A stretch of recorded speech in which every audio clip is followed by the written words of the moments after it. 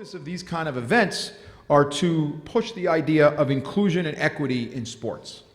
And it's something that we often forget depending on the climate of your school or of your athletic program, of your teams. I know that in the city of Yonkers, it's something that Yonkers has pushed tremendously, inclusion and diversity. I know as the former coach of Saunders for the last 10 years, there are discussions that my guys had on a normal basis about things going on in the world and how we would handle them and how does this work and what is a transgender person? What does that mean? What does it mean to be gay? These terminology that some people don't have, I know we had it with our guys.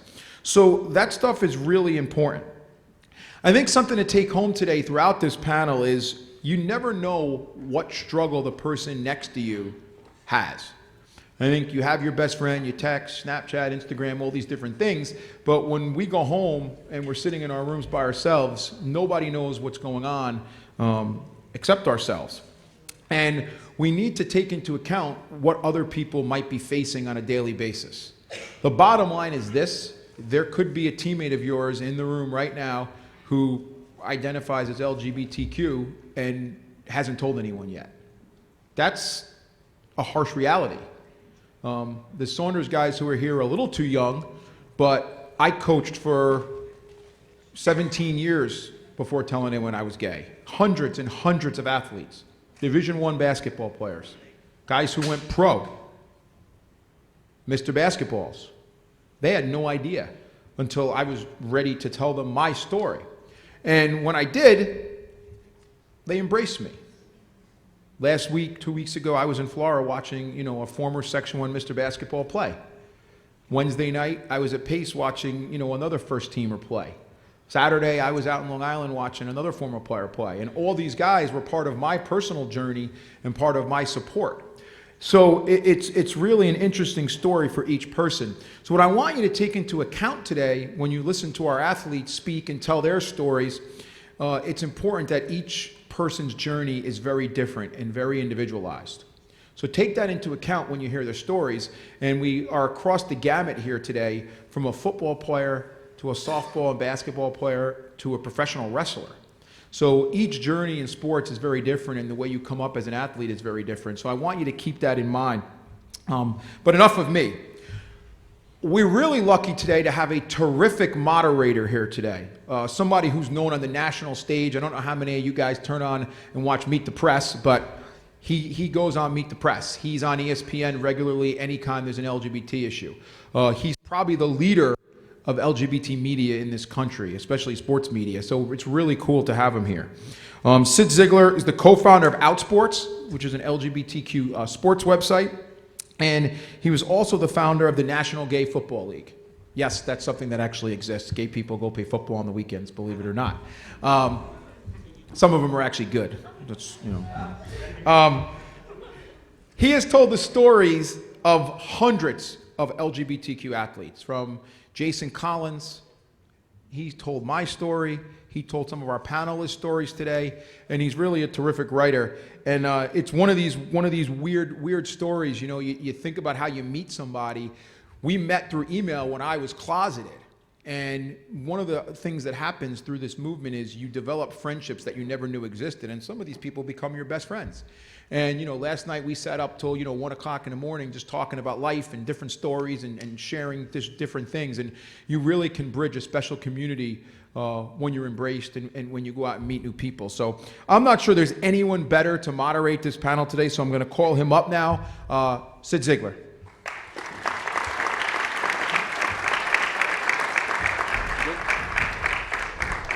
No pressure. Thanks a lot, Anthony. Yes, as we were up last night till 1 a.m., I said, Anthony, what do you, how long is this panel supposed to go? He's like, well, we'll start around 10, we'll end around noon, so 2 hours. I said, I'm not sitting through 2 hours of listening to myself speak, so we're going to have a heartfelt conversation, and we'll get out of here before noon, I promise. To bring up our panelists, Anthony Bowens is a professional wrestler, 5-tool player, and from the area, welcome Anthony Bowens.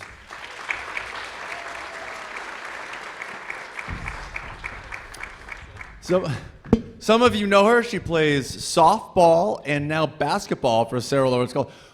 Who doesn't play basketball in high school and then gets to college and is like, oh, I'm going to start playing basketball? That's what Zoe did.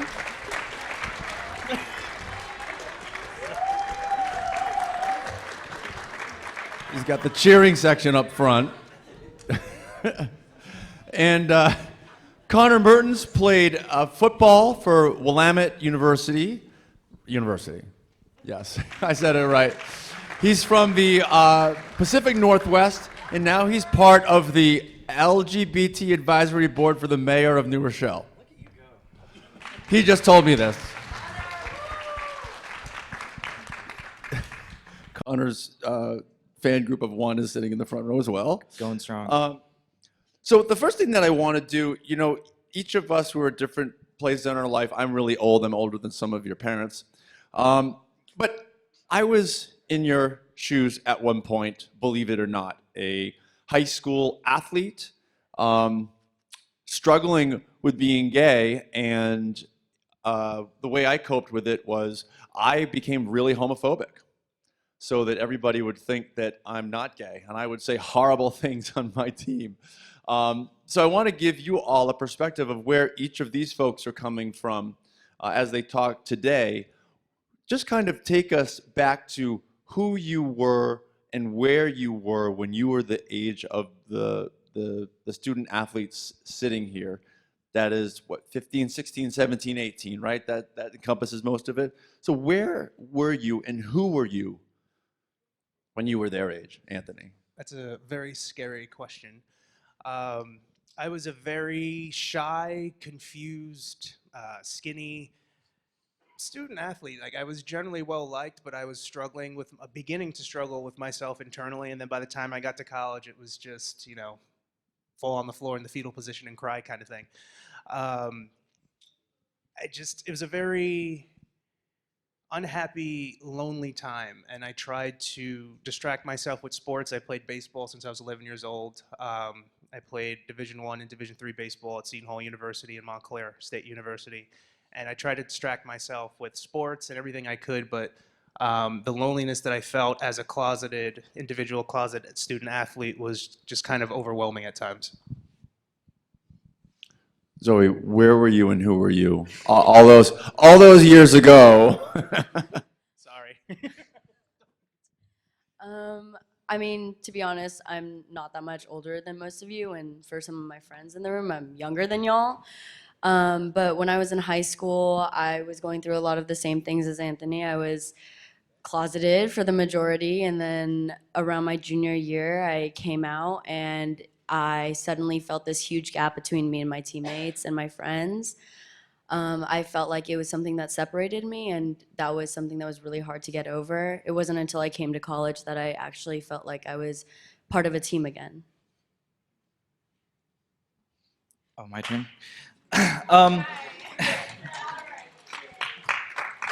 Yeah, so I'm from a really small town in the middle of nowhere, Eastern Washington. You know, it was a Friday Night Lights town where you had to be an athlete to fit in. And for me, you know, once I started to I figured out pretty early on that I was into dudes, and that was such an antithetical. It was opposite of what I thought meant to be an athlete. And so for me, trying to avoid those feelings, the best remedy to avoid those feelings was to just immerse myself in sports 24/7. Became a 3-sport athlete.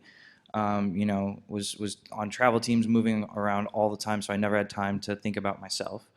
And you know, it was therapeutic, but at the same time, you know, it was this unhealthy obsession with an escape from, you know, dealing with my own feelings. So you know, double-edged sword. I'm a hell of a better athlete because I put so much time and effort into it, but you know, it was not the healthiest emotional coping mechanism when I was younger.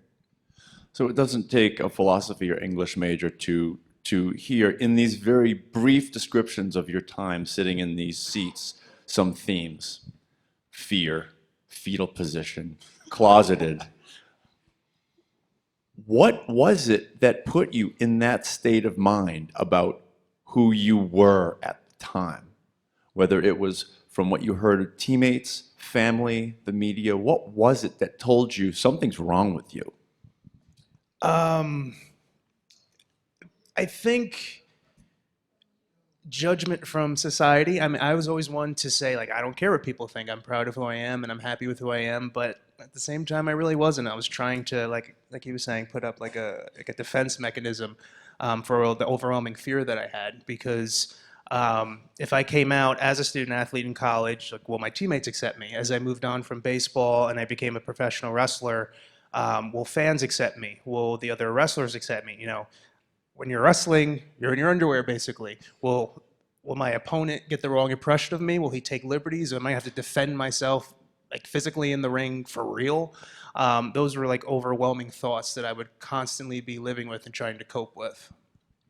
Why was it important to you, whether your teammates or your fans or anybody else, what they thought of who you were? Why was that important? Because you want to feel accepted. You want to feel like you want to belong somewhere. Everybody here who has played sports, you understand the importance of bonding with your teammates and having chemistry and having camaraderie. If you feel like you are a distraction or you're less than, that weighs on you. And you'll do everything you can to make sure that they don't find out your biggest secret because you don't want anything to change. You don't want people's perspectives of you to change. So what did you do to make sure that your teammates and your friends didn't see you as LGBTQ? I would have to dodge conversations a lot. There was a lot of dodging. I really wish I had teammates who, my college experience wasn't too bad in terms of like locker room talk and stuff like that. They were pretty okay with that. But it was just, I wish I had someone to listen to me, because there was times clearly where I was uncomfortable with certain conversations that they may be having, or certain language, or college kids, high school kids, they talk a lot about all the girls they talk to, and there'd be times where I was just almost physically be shaking because I had zero experience in that department and I was hiding the secret. And it was clear that something was bothering me, but I didn't have anybody to speak out or just even say, hey, Anthony, like, are you okay? Like, what's wrong? Let me listen. I didn't have an ear to really to talk to. So having an ear to talk to. That would have been, yeah, having somebody to talk to, someone to listen to your problems, to understand you. It's really important for you to be a shoulder to lean on to your teammates, because you're more just your brothers, your sisters. You're there for each other, and having that support system is really important. Zoe, what was it that told you that something was wrong with who you were? So while I was in high school, I lived in Austin, Texas, and you've heard all the stereotypes, like Texas is racist, Texas is homophobic. Well, Austin's not that bad, but there were definitely some layers there that were really uncomfortable for me. I mean, you were talking about how the locker room wasn't that bad. My locker room was that bad. My locker room, like, the girls' softball team at my high school would be talking about how, oh, like, we get stereotyped for being, like, gay all the time, and, like, that's just not true because none of us are gay. And I would just sit there and be like, okay, now this is awkward. This is so awkward. But it was uncomfortable, and they would say things before they knew, and even after they knew, that made it awkward. Like, they wouldn't want to change in front of me or something like that. They wouldn't want to, like, share rooms, like when we went to tournaments. It was awkward, it was uncomfortable, and it was like this very visible barrier that was between us. You have the unique experience of you grew up in Los Angeles, and you grew up in one perceived environment. Los Angeles is perceived as being very welcoming and open to LGBTQ people. And then at some point you went to Austin, Texas, which was perceived to be very different. Was there a difference? And if so, what was the biggest difference? I think the difference that was most visible to me would be the one within myself. I grew up as a tomboy. I was wearing basketball shorts and running around playing football with the guys in my elementary school. And then when I got to Texas, I was changing. I wore those like weird, like plaid, colorful shorts that you had. Yeah, and then like, you know what I'm talking about? There was an audible oh no from over here. From the one in the flannel over here, right? Hey, No, because I had a flannel face Do you too, have don't something worry. to say about flannel? And then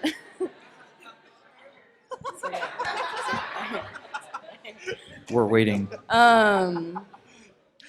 but I mean I tried my best to fit in and not be the one that was standing out.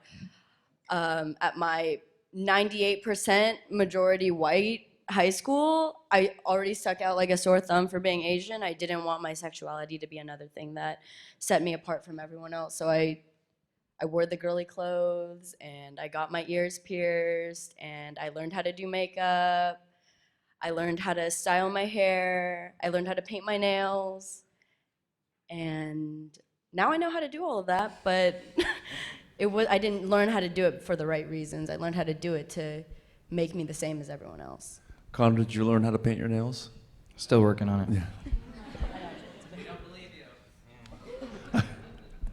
Yeah. So again, Connor, take us back to the you're in high school and ultimately college football locker room, the bastion of masculinity.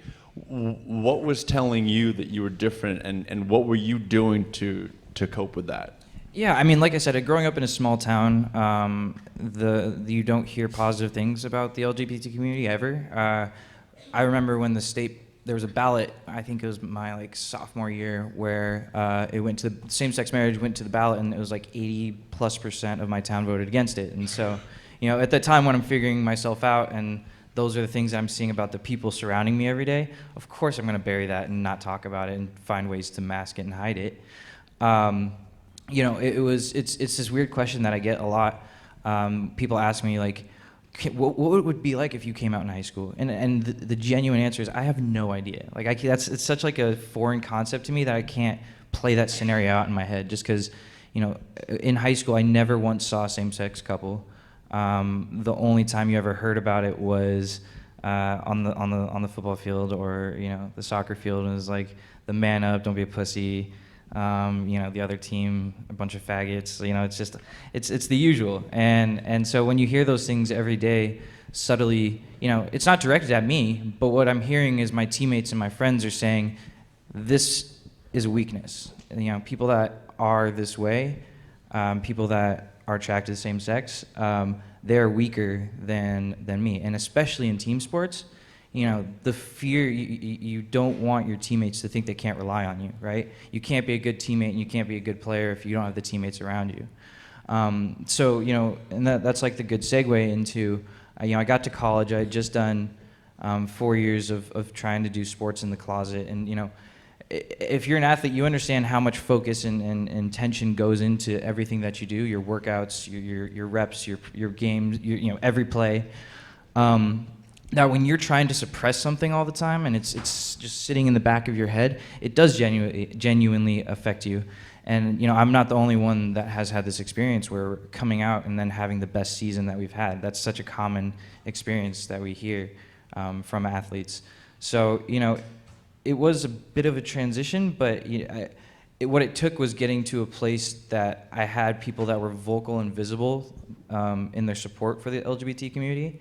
And that's something that I always, try to bring up when I'm doing these talks is you can be as accepting and loving and as Gandhi or whatever, but if the people around you don't know that, they're gonna stay quiet.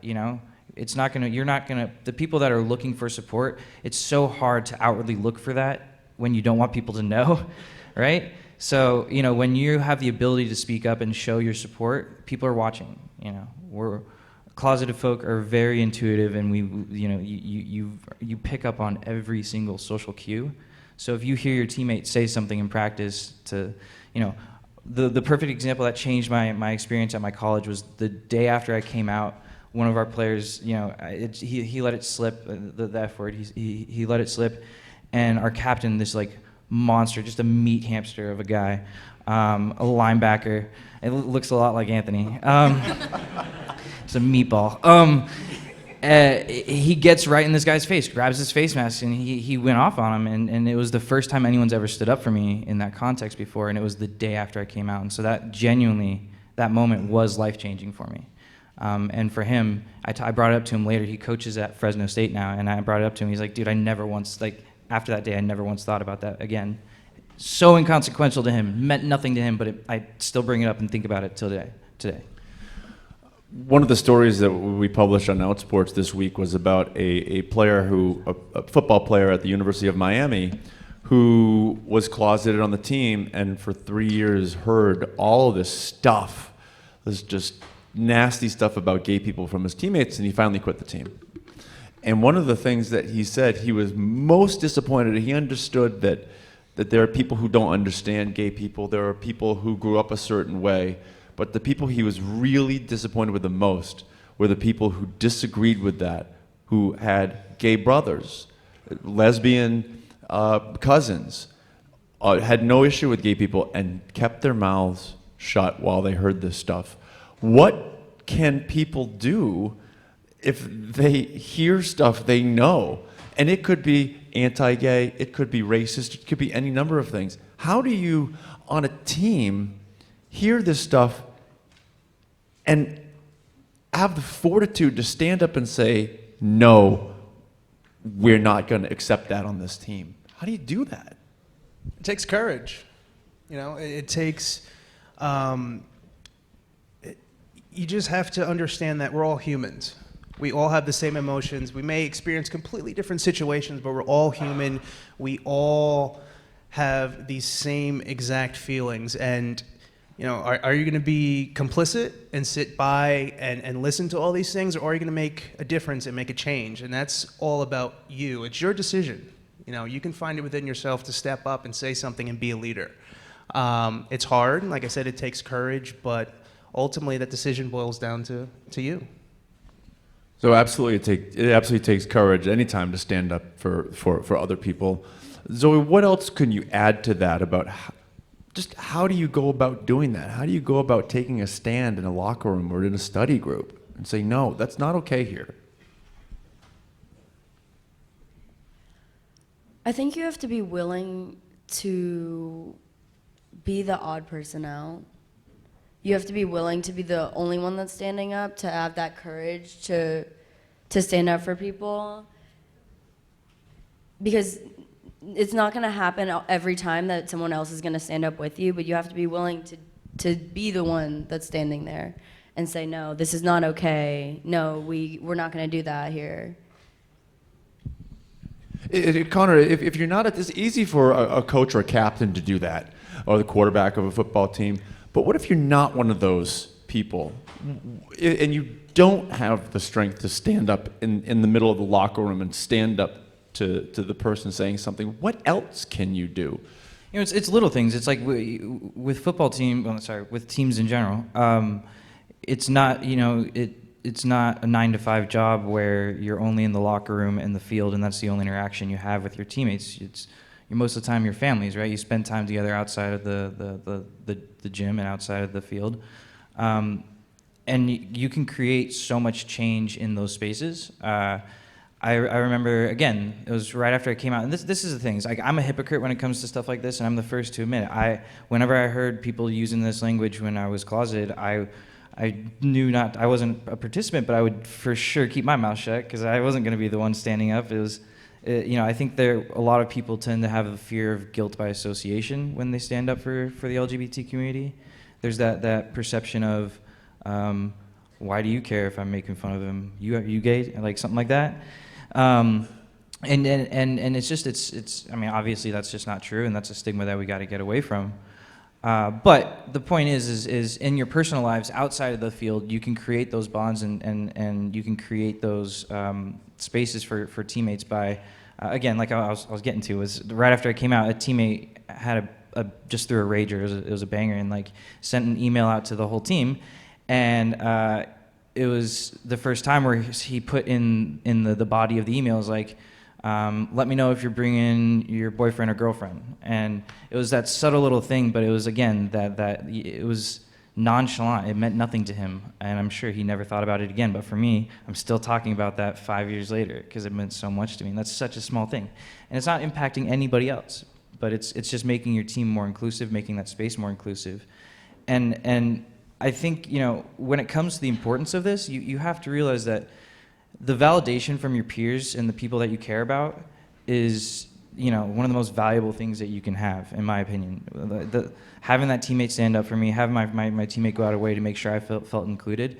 These are the people that I really care about, that I spend most of my days with, that we bond a lot. And for them to do this, it's the most validating feeling ever. And again, not only did it impact my mental health, but I was a way better athlete because of it. So there's a lot of ways that you can be a really good ally and a good teammate. I think those should be synonymous. I think being a good teammate is being a good ally. But without being standing on a soapbox, we need those people too. But you don't have to be that person on a team. I'm kind of curious. By a show of hands, who here has been in a situation that you've heard something along those lines going on in the locker room and you didn't say anything, or you wanted to say something but you weren't sure if you should? Or maybe just in general, not even in the locker room, just maybe you're out to lunch, maybe you're just hanging out with your friends. Also, by a show of hands, if somebody else would have said something, would that have helped in your decision to kind of continue on encouraging the person? So I was going to say, I think sometimes it only takes one person to stand up, because there's always this kind of like, is he going to do it? Is she going to do it? It just takes that one person to make that attempt or that opportunity of making things right for everyone else to kind of to go along with it. Because a lot of the times people don't want to be that guy or that girl. Like, I don't want to be this person. It just takes one. How do you gauge the room? Do you have private conversations with people? I didn't really feel good about what that person said. How did you feel? Yeah, that would be something I would do, because now I'm a locker room leader at one of the professional wrestling organizations that I wrestle with. If I see something that I don't like, nowadays I'm the first one to speak up. And usually I seem to find out that there's other people that felt the same way, but again, they didn't want to be that person and bringing up. But you just need that one person to take charge and be a leader, and there will be a lot of people joining you, most likely. And there will be those who still, hide in the shadows, and that's okay. But just be a leader, guys. What cues do you take as you were navigating? We talked again a lot about fear and being closeted, and how do you go about trying to figure out who in that locker room might be somebody you can come out to? What like, try to think about who those people have been, and what was it that told you, I think they might not hate me if I tell them I'm LGBTQ.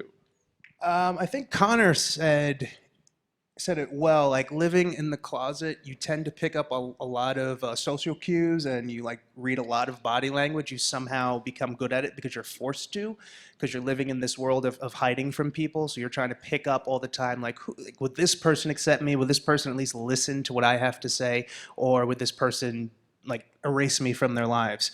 And I had a lot of that experience, so I kind of would always gauge the room and listen to conversations. If there's any kind of current events going on, I would listen to what their thoughts and their opinions were and kind of feel out who I would be or who I was most comfortable enough to talk to. Zoe, anything that you want to add to that? Just kind of, how did you figure out who in my life is a safe space? I would definitely say the same thing. I would say it's our secret superpower to try to be able to find out who's going to be accepting of us. But I want to also say that it's okay to be wrong. Also, I had that experience in high school where I thought somebody was going to be okay when I came out, and then they ran out of my car. So that was Hopefully not while it was moving. It was not Hopefully while moving. it was It was parked. But so I think that it's okay to be wrong too. It's not the end of the world. You're going to be okay. But I think that definitely pay attention to what people are saying. Don't just jump into it out of nowhere. Make sure that they're going to be an ally. They're going to be a safe space. But if it comes down to it, it's okay if you're wrong. I know for me, being gay was not kind of a destination. It's been a journey over many years of thinking I was bi, and then having a girlfriend, and no, I'm straight, that was just a phase, and then realizing, no, that wasn't just a phase, and then coming out as bi, and then coming out as gay, and I'm gay. That's like, so I guess it was a destination, but it was a long journey to get there through a bunch of the other letters. Talk to us about your journey, because I know each of you has a different journey through some of those letters, LGBTQIA, PPP, and just kind of tell us about that journey and how you navigated that. Yeah, I can grab that. It was like a really unique experience for me because I identify as bisexual. I didn't change my mind, it's like some people, quitter. Um, and so I stuck with it. Sorry, I had to. But that did add a lot of complications to the process of figuring myself out, right? Because I was in this place where my entire life was this heteronormative, white picket fence thing. I figured out pretty early on that I like guys, but every day I was able to convince myself it was just a phase because I still like girls. I kept saying I still like girls, so this has to be a phase. Like I can't possibly like guys when I like girls. That was, again, I'm an athlete. There's no way I like dudes. So I was able to deflect that and convince myself for years. I didn't talk to the first person. I didn't like openly talk to somebody else that I knew was LGBT until I was like 19 years old. Like I was so terrified. I remember we got our first GSA at my high school, the Gay Straight Alliance, and I avoided that hallway when I knew they had lunches because I thought if I was even walking past it, somebody would be like, "Gay, that's him. He's gay." Like just walking past the hallway, I figured they would get me, right? Yeah, the whole hallway gaydar just starts lighting up. And so for me, I think it was this weird middle ground where everything around me was telling me I had to be straight, and internally I was feeling like I like girls. That by definition, I'm straight. And so it wasn't. I think the hard part for identifying as bisexual, going through that process of trying to accept yourself, is you constantly have an out. There's an outlet. Every time that I would like come to terms with it just a little bit, I'd turn around and say, no, it's a phase. It'll go away when you're 30, maybe. And it just I was lucky that I met a lot of really great people. I got out of that small town, which I do love, by the way. I mean, I don't like to talk poor about my town, but it was a small town with small ideologies and not much representation. I never, how many bisexual professional athletes have ever come out, Sid? Enough. Zoe, how about you? Your this journey through the letters of our community. So I don't know. I don't know where I'm at. I don't know. Like I said, I'm just a couple years older than y'all. I haven't figured it out yet, but And that's I'm okay. here, and I'm here. When I first came out, I just came out.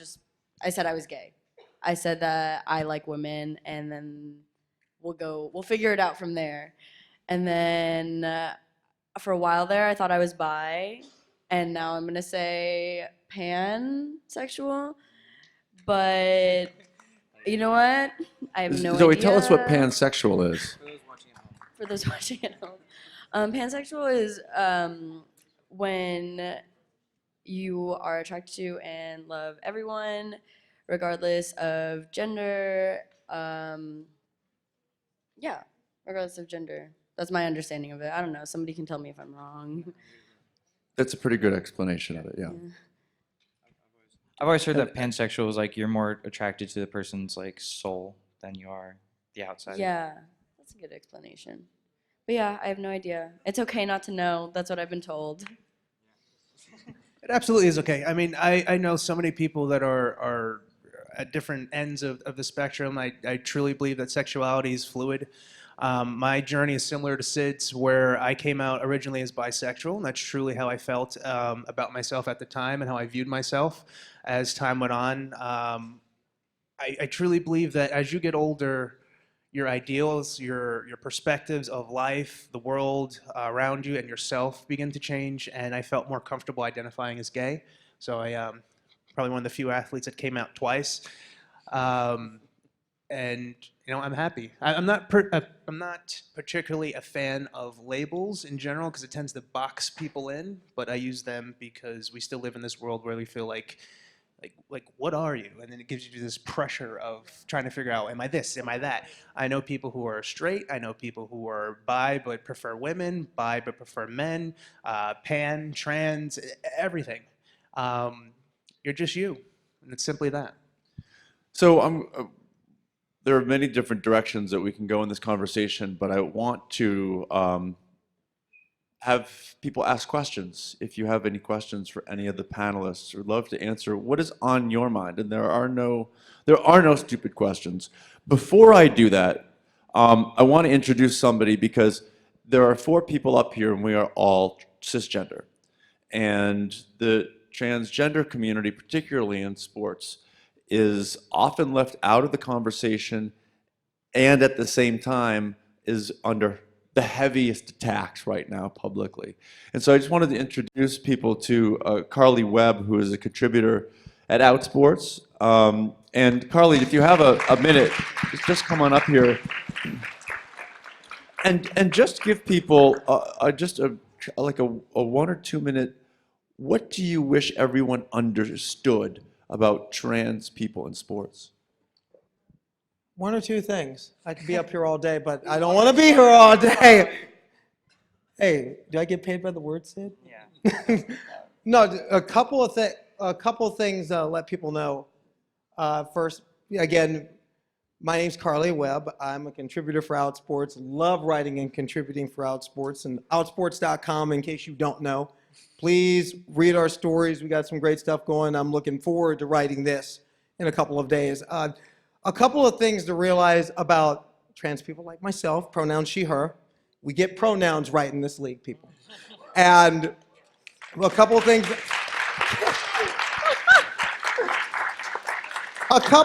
to understand is, as we're talking right now in 4 states in the United States, there are bills that are going through state legislatures that will directly affect the rights of participation for your peers in high schools and middle schools right now. In another 9 states in the United States, there are bills that would literally put doctors, endocrinologists, and mental health professionals in jail for helping kids like me, for helping kids like some of your peers. And the first thing to understand about trans in sports is that these things do not exist in a vacuum. This is a dedicated, concerted effort to erase trans people and, by extension, erase all LGBTQ people from our society. And that cannot happen. Sports is the low-hanging fruit. When you're hearing the ranting on the news, really look at it. Don't fall for the Rudy Poo. Don't fall for the okey doke. Because what they're really trying to do is erasure, broad-based erasure of people from our society. Broad-based abridgment of due constitutional and due human rights. That's the first thing. And the second thing that I want to point out is you're going to hear a lot about people saying things like, oh, there's a special advantage, especially if we let those biological males, that's a buzzword, don't buy it. If we let them play with girls. By the way, just a little note, they never talk about transgender boys in this. And that is by design, and it's not an accident. But when you're hearing these things and these people saying they're smashing records all over the place and they're going to dominate, there has been no documented case of any domination by trans people in sports anytime, anywhere. In 2003, there was a thing called the Stockholm Convention. That set the rules for transgender participation in the Olympic movement and transgender participation in the over 60 governing bodies that are part of the IOC. The number of transgender participants who have qualified for an Olympic Games since those rules changes in 2003 and the extensions that got rid of the surgical requirements in 2015 is absolutely 0. 0. And looking at looking at things that are happening around the world right now, that zero will be maintained at Tokyo this year and possibly in Beijing in 2022. The point is that there's a lot of misinformation that's being put out there. And 101% of that misinformation being put out there is false, but it's being put out there for a reason, to abridge the human rights of your peers, and by the extension, the human rights of all of us. So don't fall for it. And not only don't fall for it, educate yourselves, educate your peers, educate your parents, educate your communities. My life and our lives depend on it. Thank you.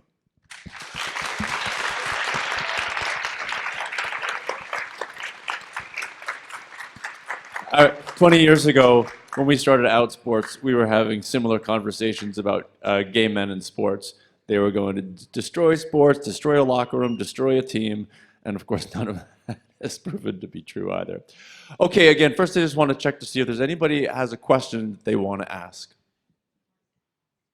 We'll start you and then you. So just if you want to stand up and hi, who are you? And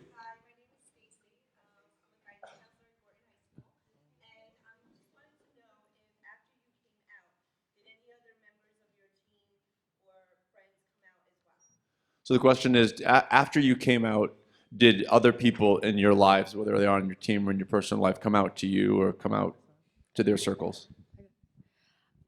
So actually, after I came out, I think 5 or 6 of my friends also came out. It was a really interesting experience because actually the girl that ran out of my car came out to me a year later. Yeah. Yep, and that's called karma.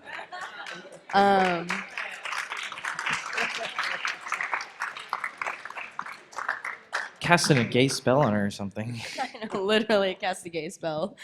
But yeah, I think that having that first person came out really gave people courage, at least. And then also people that were already out but I didn't know were out came up to me and would like say hi and try to talk to me, I guess, and tell me that I had an ally. So it was a really cool experience to see that happen. None of my close personal friends, and if anybody run out of cars and come back to me, but I had a lot of, I guess, on the down low, professional wrestlers, people that just recently I had a friend who I went to high school with who was this big macho dude, and you never would have thought. He came out to me, and now he's, in a happy relationship. I get a lot of messages from a lot of athletes from pro and college and high school from across the world, and there's more than you think. So that's why I say earlier, watch your words and be respectful of each other and treat each other like human beings. So yes. Oh, Fred, yeah.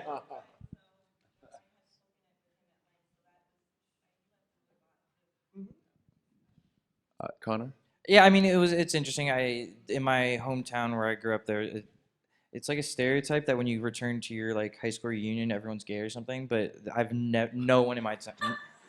No one. I'm still I've never the heard only- that before, but it's just me. I mean, but regardless, I still haven't seen it. No one really in my personal life. But it was cool. I will say, a buddy of mine. It was hilarious. I was with my other best friend who was a girl, and we went over to come out to him because I was scared that he wasn't going to accept me, and so I just wanted her there to be there with me. And he like freaks out immediately. He's like, "Oh my God, what are you telling me?" And I was like, I like dudes. And he's like, "Oh, I don't care. I thought you were gonna tell me you and Emma were pregnant." And then it was fine. We had a good night. Next day, we were hanging out, we were golfing or something, and he was like, "Dude, that was kind of inspiring. Like I've been so scared to tell Emma about how I feel about her." And I think if you're willing to tell us, why can't? Anyways, homeboy shoots his shot, failed miserably. Full circle. They dated other people. 3 years later, they're dating now, and they're right. It's a happy ending. coming It's a out happy brings ending. love. But Yeah, we don't really like recognize heterosexual love around here, but we will accept it for this moment. But the point is that I didn't have tons of my friends in my immediate life come out to me, but the coming out did provide them with something. It doesn't have to be, you don't have to be a queer person for that to be inspiring and to give you something to take with you. But again, and Sid knows this better than everyone, and Anthony, is that a lot of athletes are just looking for anyone to cling on to and to talk to about being a queer athlete. And so when people come out publicly, you tend to get a lot of other athletes that reach out to you.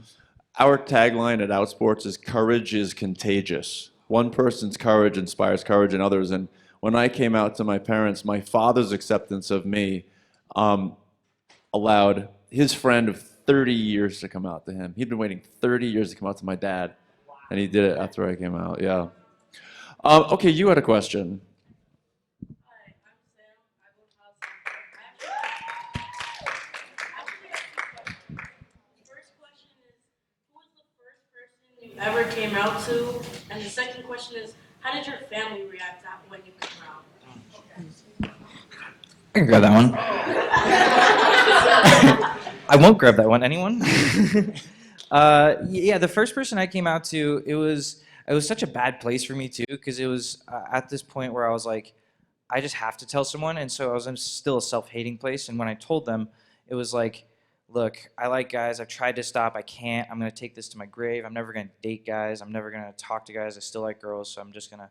But I can't stop liking guys. And so it was like it wasn't good. But luckily that she was a all-star and was really comforting and saw through my BS and all that and kept me level. And then my family is an interesting story because I kind of got kicked out when I first came out. My family, like again, that's where I'm from. My family's very deeply religious, and they didn't really know how to react, and so that just meant I was gonna sleep in my truck for a night or two.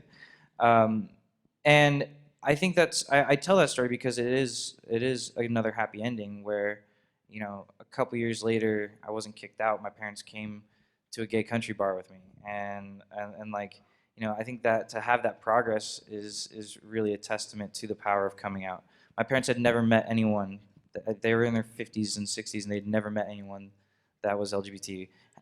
Having your 50-year-old parent tell you that I'm the first person that's ever told them that is a little bit of a culture shock for both of us. The first person I came out to was my mom. It was like by design, not my mom and my dad. But it went really well, and she was really supportive. And then she turned around and told my dad, and then my brother. But I would say that, like, your family is supposed to be there for you. Sometimes it doesn't always turn out to be like that, but, in my case it was. The first person I told was my best friend Greg, and I made it so dramatic to the point where he thought I had cancer. I built it up all day. I was like, I have to tell you something. It's very, very serious. All day. We had lunch. He was like, can you just tell me? Like, no, it has to be like no one around. So like just us two. And then I finally sat him down and told him. He was so relieved. He accepted me, and I was like, please, like, just keep this between us.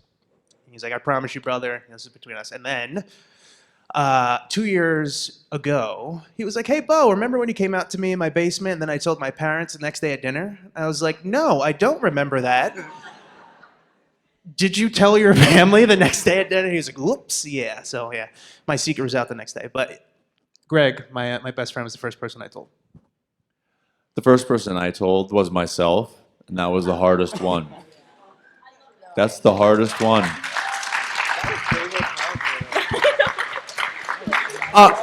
Before I ask the panelists the next question, I'd love all the coaches in the room to stand up. Where are the coaches? Let's see the coaches. Thank you. Thank you. And team captains, please stand up. Team captains.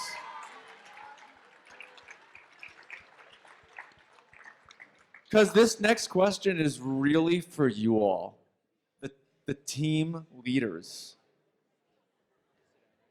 No, have them stay standing. a lot of the folks who stood up have no idea how to take this conversation and turn it into a shift in culture on the team. What do you wish the team captains and the coaches could take away from this and really, even just a slight little shift in needle, change the environment on the team? Because every team, no matter what, struggles with this. Slightly shift the environment so that an LGBTQ person on the team might feel a little bit more accepted even before they come out. I think presenting yourself, like I said earlier, having an ear to talk to and someone to listen is very important. As a team leader, I would probably call, if I was one, I would probably call a team meeting and say, listen, anyone, I'm your captain for a reason. I'm here for you. I'm here to listen to you. If you have any kind of problems at home, if you're dealing with something with your sexuality, girlfriend problems, sports problems, anything, come to me. I will listen. We will talk. It's between us, because I'm telling you, we are eternally grateful for those who lend a helping hand to us, that lent an ear to us, because keeping all that stuff bottled up is torture. So if you can present an option for someone to feel free to release all of that and get it off their chest and have someone understand that, please do it. And before Connor and Zoe share, I want to specifically call out, I think a lot of captains and coaches do have those conversations and say, if anybody has a problem, I'm here for you. If you don't specifically say, if you are gay, if you are bi, if you are queer, I am here for you, come to me. If you don't say those specific words, they're never heard. And that LGBTQ person still doesn't hear what you're trying to tell them. Okay, Connor, I was just gonna be, that was piggybacking off of what I was gonna say, because like earlier, the one thing I like to give away for whenever I come to these events and speak to folks like yourself is what I said, in the visual and vocally supportive. You can't be passive when it comes to these things. You have to say the words, because it's so easy for us to hear, for your teammates and your peers to hear, I'm here for you if you need anything at all. And there's always like an asterisk to that when you're in the closet, that anything at all is except for your sexuality. We don't talk about that. I was very tight with my friends in high school and college and stuff, but I never once thought that any of them would accept me. I was wrong, but I wouldn't have known I was wrong until they made it clear and vocal. It's so easy. It really is easy to be an ally. And then the last thing I'll say about that is just how much that can culturally affect the team. The year that I came out was the first time we beat the #2 team in the country. By 3 points, I might add. Your boy had the game-winning field goal. He was a kicker. Who's counting, all right? So yeah, it can breed culture, and if you have a good environment where you can, it's not just a workroom. It's a fraternity house. It's a sorority. It's a place where you all live spend most of the time with. So it can really, really change a culture of a team to just be outwardly, vocally, and visibly accepting and supportive. Zoe, what would you add? I was the captain of my softball high school team, and so when I came out, everybody was kind of shocked at first, but after they got used to it, it actually ended up being that 3 of the girls on my team came out as well. So I think that having that someone that can be an ally and listen to you, no matter where what position they are in, what position of power they're in or whatever, it gives you someone to lean on, because it's really hard to admit to yourself that you're gay. And so I think that really helps. Just a couple things that I would add. If you look around the room, you see lots of rainbows on my shoes, on Connor's shoes, Connor's shirts, lots of pins, stickers. I'm a college football referee, and I was working a game this past season, and I noticed there was a rainbow decal on the helmet of every single player on one of the teams. And it was because one of their players came out as bi, and the whole team wanted to support him. A coach having a rainbow flag, yeah, it was very cool. A coach having a rainbow flag sticker on their on their office door wearing a rainbow pin, just that little symbol, if nothing else, tells it's a pretty clear message. I'm going to be a safe space for you. So that's just a little thing that you can do.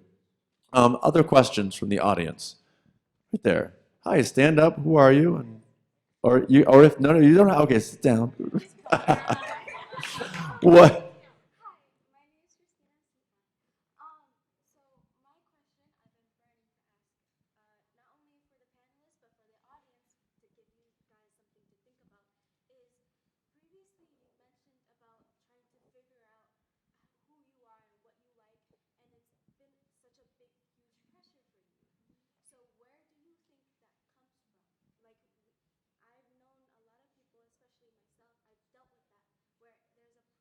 You need to figure out who you like. Like you can't have both, and you can't be pan. So I wonder if you can also think about it. Where do you think that comes from? Society or labor? So kind of, where does this pressure come to declare who we are and who we like? Is that what that's the question? Yeah. Sure. I think it's a little bit of both from societal judgment, and also I think us naturally, as we grow older, we have this thing, especially you guys now, you're probably going through like, what major am I going to study? Will my life turn out to be the way I want it to? Am I going to be happy? There's this nervousness of always trying to figure out everything now instead of realizing that everything's a process and everything's a journey. So I think it's a little bit of both. There's also a comfortability in labels, you know, like you can go from straight to gay and that's still, it's a little more uncomfortable, but it's still, you have something to hold on to. Floating around in the unknown is a lot more scary, and so I think we try to cling on to whatever label we can grasp.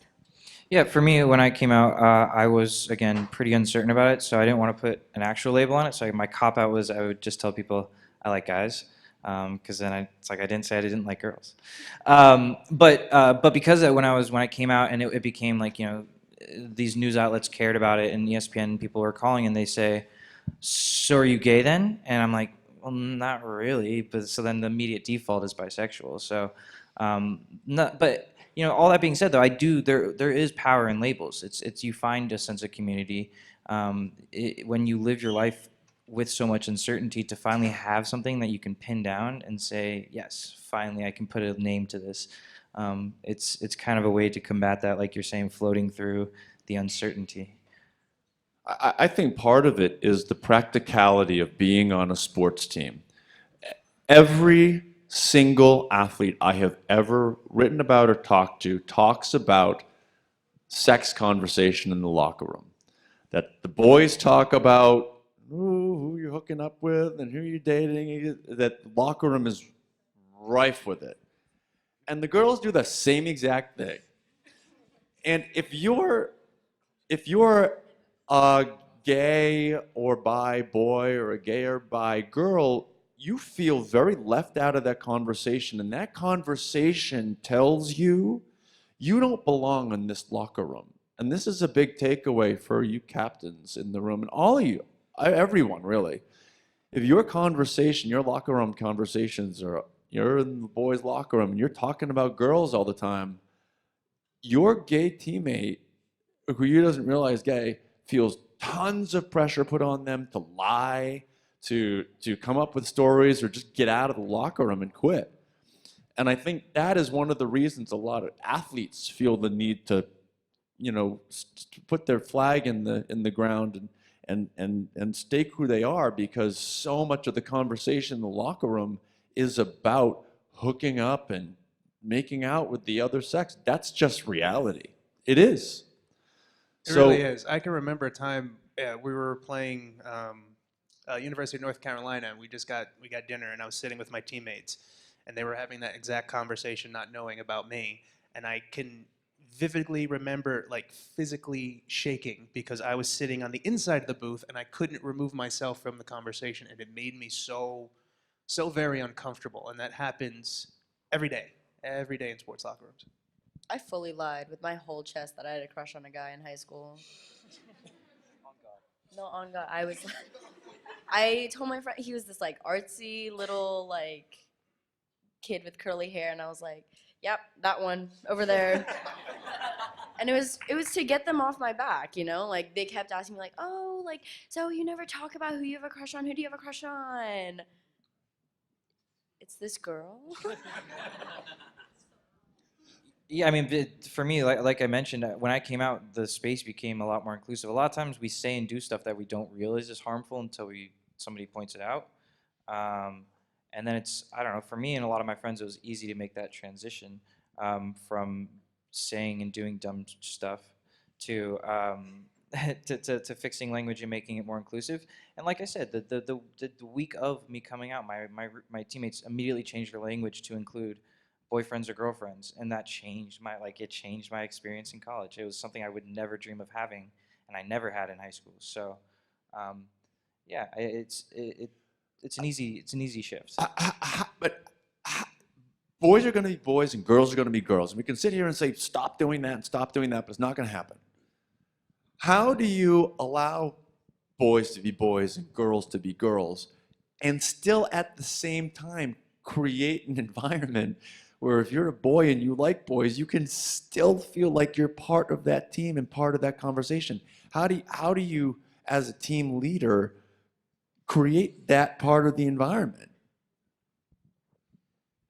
Yeah, see, I think that's $1 million question, right? That's, I've been working with different organizations in sports and LGBT sports, and our end of the day goal is how do we end homophobia and transphobia in sports? So I think that's $1 million question, Sid. Thanks for putting that on us. Yeah. You are a member of the LGBTQ resource group No, for the you New failed Rochelle me. mayor. You're So I mean, bad. we came to the expert, You're Connor. so bad. Yeah, no, I think it is those little things that you can make a conversation inclusive. You can talk about your dating life. You can talk about, backseat of the prom and still be inclusive of other people's, partners. And I again, it's so liberating when you think your whole life you're never going to be able to talk to your teammates or friends or family about something, and then finally it just works its way into the natural conversation and flow of things. If you have a teammate that comes out to you, they don't want things to change. They want this conversation. They when they come out to you, they're trying to be more included. It's not what does somebody say? It's I'm not coming out. I'm letting people in. And I think that with these locker room conversations, they don't disappear. My friends still make fun of me. I think I can't tell the jokes that they would say, but these are still your teammates. These are still your friends. It's not like you're tiptoeing on eggshells, trying to be PC, trying to be that myth of, we're not gonna be able to talk about anything in the locker room ever. That is a flat out myth, and never once conversations. The language changed, but the conversations didn't, if that makes sense. Okay, any other questions? Oh, there's lots of them. Okay, we're going to go right here.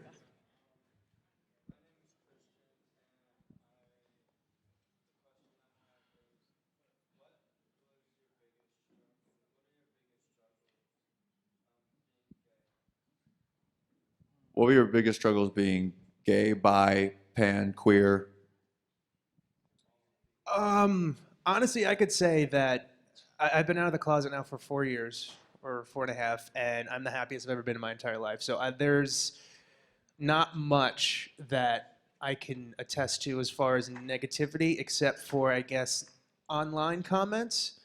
My boyfriend and I have a YouTube channel. We like to say that a lot of the negativity that we experience, 0% has been in person, 100% of it has been online, between comments or tweets and stuff you get. Luckily I have very thick skin, so sometimes I laugh at people's ignorance. My boyfriend, on the other hand, sometimes it gets to him. So I think that would be the one negative that we still put up with, is just sometimes we just get bombarded with some pretty hateful comments. It's online nonsense. Zoe? Definitely in-person stuff, because when I came out, I was still living in Texas. I would walk around with my girlfriend at the time, or even just by myself, wearing something like what I'm wearing today, and I would get weird looks, or people making side comments, or and even actually on the softball field. We would play in tiny little towns in Texas, and I wouldn't go anywhere without my teammates or my my like coach or my family because I was scared that somebody was gonna kidnap me and like do something because I'm gay. So I think that like that fear is definitely the biggest thing. It was just coming to terms with who I was and trying to figure it out when you have that like internal conflict of thinking and feeling one way and trying to convince yourself with every ounce of your strength of another thing. It just gets exhausting. And then when you don't have to worry about it anymore, you have a lot more energy, more skill, I guess. I don't know. Do any of the coaches in the room have a question? Not to put you on the spot, but But to if totally put any you of on the these spot. you're a coach? What's that? Sure. I think social media is such a big thing in this for these kids growing up now. So, like you were just saying, there's a lot of hateful comments. Like, what advice would you give to them about hateful comments? Because I feel like that is a huge thing that's on. So what advice would you give to the people who are on the receiving end of those hateful comments on social media and online? Block the haters. Block No, the seriously, haters. like you don't need that negativity in your life. If anybody's being rude to you on social media because of your sexuality, simply block them and move on. You know, people are gonna be hateful, they're gonna be bigoted, but you just can cut them out of your life and keep going along your day.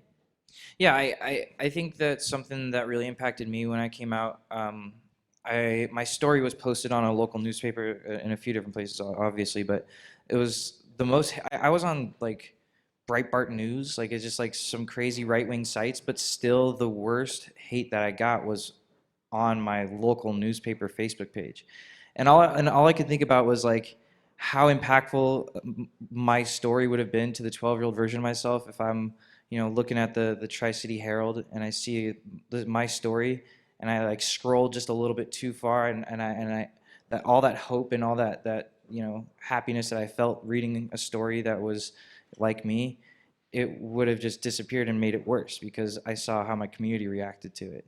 So I don't know if I have advice for that because I do understand that those things can be harmful when you're closeted. I will say this though is that there is so much power in knowing who you are. Those comments ate apart at me on the inside when I was closeted because my mindset was, oh, they know, oh, they have to know if they're onto me. When I came out, it really was just all off my back. I never like people could say whatever they want to me, but what I can't stand is when people do those things in public because you don't know who's around you. Like I'm comfortable with myself. I'm out. I'm a grown ass man. I'm okay. But when you're having these conversations and you're saying these things, you don't know who's right behind you. Eavesdropping. We're always listening. We're nosy people. But you never know who's listening. So I don't know. There's just that's such a tough question, but It is a tough question. Just to steal my buddy Fred's slogan, block the hate. You got a block button, use it. Surround yourself with positivity. And I know it's hard sometimes because sometimes those comments can really eat at you and it gets stuck in your head. But you really have to try hard to remain positive and block any of that kind of negativity out of your life, as hard as it is. The only thing that I would add is particularly on Twitter, report and block. So if they're harassing you, they're harassing somebody else. And Twitter has very specific policies about hate speech. So if they're calling you a faggot or they're telling you to go kill yourself, report them. And it's a very easy to follow thing, and block them. And that means that Twitter will deal with it. And if it's problematic, they will ban them from Twitter for a day. If they do it again, they're gone. So they can't do it to anybody else. Okay, I'll take one more question for us. All the way in the back. There's no prize that comes with that. The people in the back are never picked. That's why I went with the back. So I am a pansexual genderqueer, right? And my question is like, I'm outed sexuality-wise that I'm pansexual. Fun fact, I actually found out I was pansexual in this conference. I came to a panel with this group that basically, that's besides the point. My question is,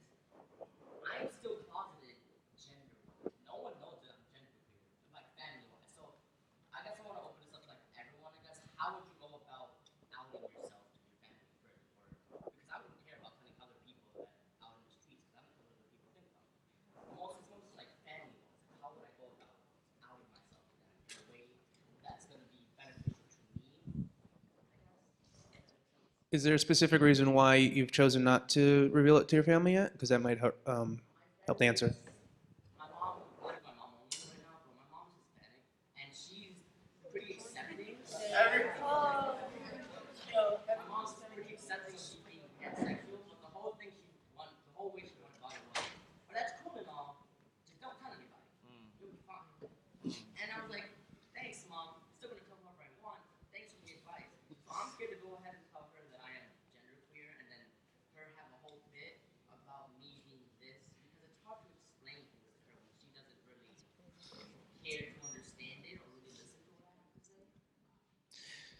Yeah, I mean that's a tough question. I'm a cisgendered guy, so I can't speak to experiences that aren't mine. I don't want to pretend like I can understand what it is to go through being genderqueer and talking to your family about that. But I do know that I had the worst case scenario with a coming out process. That I mean, not the worst case scenario, obviously, but one of the ones that's not an ideal situation. I think that the step one is make sure that you're safe. Make sure that a lot of that's for anyone thinking about coming out. That's definitely step one is make sure that you're safe. Step two is I always like the buddy system. Like when if I was scared of somebody's reaction, I brought someone in that I knew that was already on my side, that I already knew, and that would go to war for me.